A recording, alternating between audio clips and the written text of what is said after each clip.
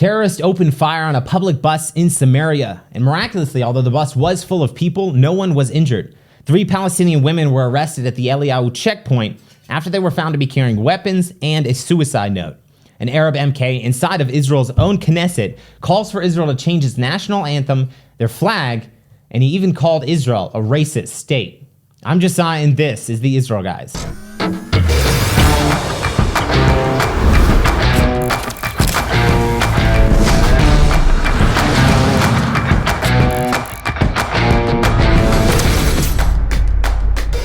Welcome to the Israel Guys, where we believe that in a world of Jew hatred and anti-Israel propaganda, you should have a direct connection to the land and people of Israel. Good morning, guys. Welcome back to the show. Happy Monday morning. First off, make sure you like this video. Also subscribe. Really helps us out. We really appreciate it. We want to build our subscriber base so that more people can be reached with the positive news, the true news that's coming out of Israel every single day. Also, make sure you hit that notification bell. And if you turn on all notifications, you'll never miss an episode of the Israel Guys. We're coming to you 3 times a week with the true and authentic stories of Israel, coming to you with the latest headlines.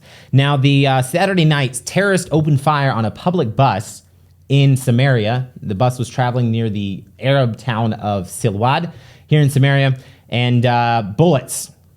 Terrorists opened fire. They don't know exactly from where. It seemed like it was a little bit off the road, and the authorities found at least, I think, 8 bullet holes in the actual bus, and the bus was a pretty full packed bus coming back from Jerusalem after Shabbat had ended here in Israel, and miraculously no one was injured. Thankfully, most of the buses here in Israel are bulletproof. They also have armor protection to guard against rocks and things like that, which normally would stop like the first round of bullets into a vehicle like that, but it doesn't guarantee that no bullets would enter, especially when you have perhaps multiple guns firing on the vehicle or maybe from closer range as well. So thank God no one was injured, but it is, again, another attack from the Palestinian rhetoric and this Arab rhetoric to wipe Israel out and to just kill Jews. They're constantly, the leaders of the Palestinian Authority and the leaders of the people here are brainwashing people and telling them, you got to go out and kill Jews. You have to go out and murder Israelis, things like that. And that is happening. There's a lot of brainwashing, and unfortunately it turns into attacks like this. Also a couple more attacks here in Israel, or attempted attacks happening here in Samaria. Now, don't take this and say, basically, a lot of people focus on the terror attacks and things like that are happening and say that Israel is a very dangerous place to be. The truth is there are things that happen here in Israel, but it's not any more dangerous, let's say, going to the bad parts of Chicago or Nashville, Tennessee, or Washington, D.C. You have things that happen every single day. The truth is the media focuses and really just expounds on these terrorist attacks, and then that's what you see and that's what you think of when you hear about Israel or different things like that. The reason we're reporting these, and we want to let you know about what is happening, because unfortunately nobody's focusing on the fact that these attacks are simply Arabs. The reason behind these attacks are Arabs that are attacking Jews and trying to kill Jews because they're Jews, just because they're Jews, and they're living in Israel, and the Arab world and the Islam is completely against that Jews would live in Judea, Jews would live in Israel. And that's the reason behind these attacks. There's a lot of anti-Semitic attacks happening here in Israel, and you need to know about that, because the world cannot be okay with people trying to kill Jews simply because they're Jews and they're living in the land of Israel.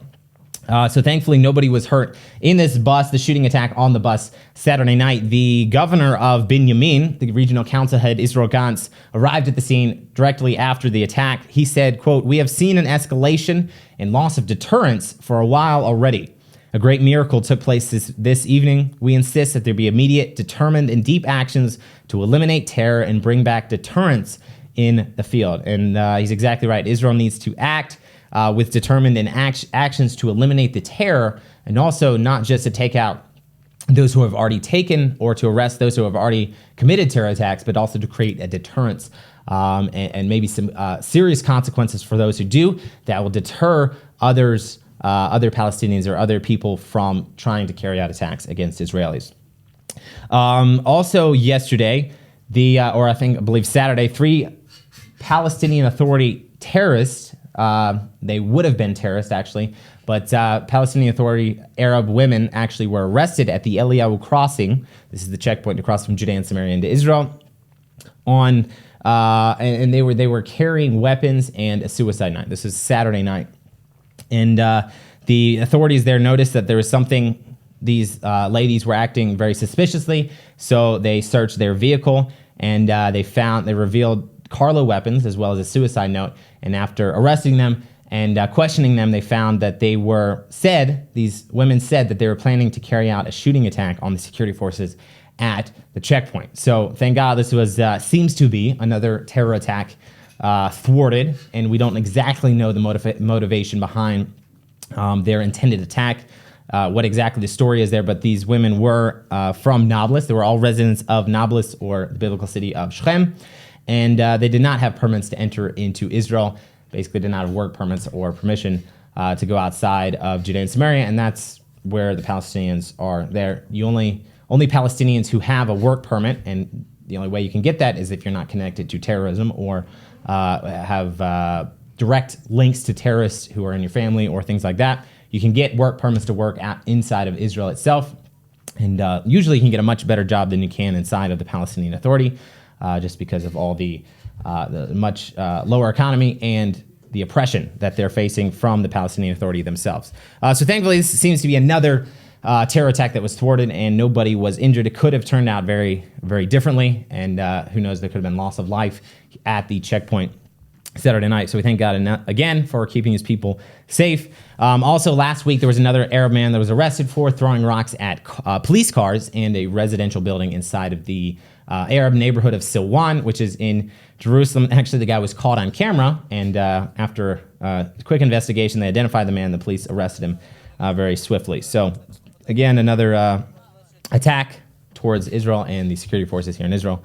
And you guys continue to pray for Israel and continue to pray that Israel's security forces would be kept safe and that they would be able to do their job correctly, and they would be able to thwart terror attacks before they happen, as in these cases here. There's an Arab MK inside of Israel's Knesset that is calling for Israel to change its national anthem, to change the flag, and basically for Israel to be less Jewish, and saying Israel is a racist state and that it discriminates against Arabs. Keep in mind that Israel is a Jewish state, and this is an Arab member of Knesset inside of Israel's parliament. Okay, so this is an Arab member of Knesset that was elected democratically into the Knesset, into the government, inside of Israel, which is a Jewish state. MK Simcha Ratman, who is from the Religious Zionism Party, condemned the call from this Arab MK. His name is Abu Shahada from the Balad Party, Arab Balad Party, and he called to change the Israeli flag and the national anthem and to cancel the law of return. Simcha Ratman said, quote, Section 7A of the Knesset's basic law means that he cannot be an MK, because he's calling for these things. Whoever says that the flag and the law of return do not suit him and calls the Jewish state project racist does not want a Jewish state. A person should not be put in jail for this, but he cannot be a member of Knesset. So Simcha Ratman saying, according to the basic law of the Knesset, somebody who's calling for these type of things cannot be a member of Knesset.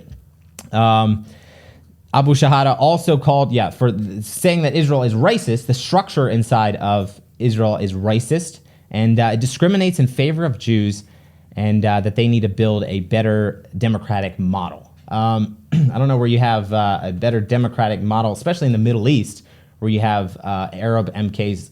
Let me tell you, there's no Arab countries where they're electing Jewish government politicians into their government and allowing them parties inside. There's no Jewish parties inside of religious Jewish parties inside of any of these Arab countries surrounding Israel, but Israel has religious Arab parties that are inside its own Knesset. He was also asked, because this is after the attack on Saturday night, he was also asked, this Arab MK, if he condemned the shooting on the bus in Samaria, and his response was that, quote, the occupation leads to violence. The occupation leads to violence. So he was saying that Israel is the occupation. And he said, I think the occupation has a lot of victims, and the way to end all violence is to end the occupation. What he means by occupation, this is what the Palestinians refer to when they say occupation, or the left saying that Israel is occupying. They're not talking about Judea and Samaria. I mean, that's part of it, but they're talking about Israel is occupying the entire land of Israel, and they want them completely out of here, completely wiped off the map and pushed into the sea. So this is, absolutely crazy that he's a member of Knesset, and the other Knesset member saying he shouldn't be. He said he's not necessarily going to push for him to be removed, but calling to the attention of the public that this kind of stuff is happening. Guys, what can you do to help Israel right now? We are planting trees in the biblical heartland of Israel. We are trying to green Israel's biblical heartland, plant forests here. For thousands of years, Israel has lain desolate. Right now, there's not a lot of trees on these mountains, and we're trying to plant trees to just bring back life and bring back greenery to the land of Israel. Right now, we're going to plant 3,000 trees before the end of the year. We have 1,400 trees already donated by people like you who watch the show and support what we do here. If you'd like to donate a tree, go to greeningisrael.com. Link is also in the description, or you can click up here. Go to greeningisrael.com, plant a tree, and bring back life. Help us restore and bring life to the land of Israel. We really, really appreciate it. And Israel will also thank you and appreciates it. It benefits everybody who lives here in Judea and Samaria. Now, a few other quick notes here from things that happened this past week in Israel. Cyprus actually is reached a deal with Israel to acquire an Iron Dome for its defense system. Very interesting. They seem to reach a deal with Israel recently that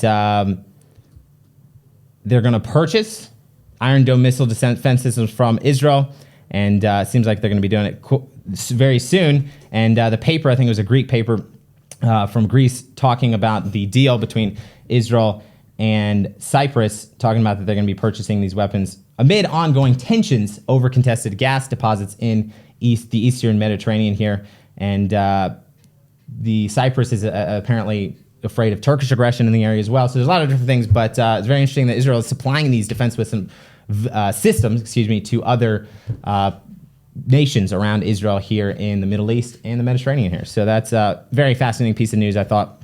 Also, just yesterday, it's not completely unheard of, but very abnormal. Israel, northern Israel, in the upper Galilee region, actually received rain yesterday. This is mid-August. We typically don't have rain from about April to November, October, November, because of the summertime. And it rained for about 10 minutes, and it was not just a little tiny, light sprinkling, but heavy downpour of rain caused some light flooding in some areas.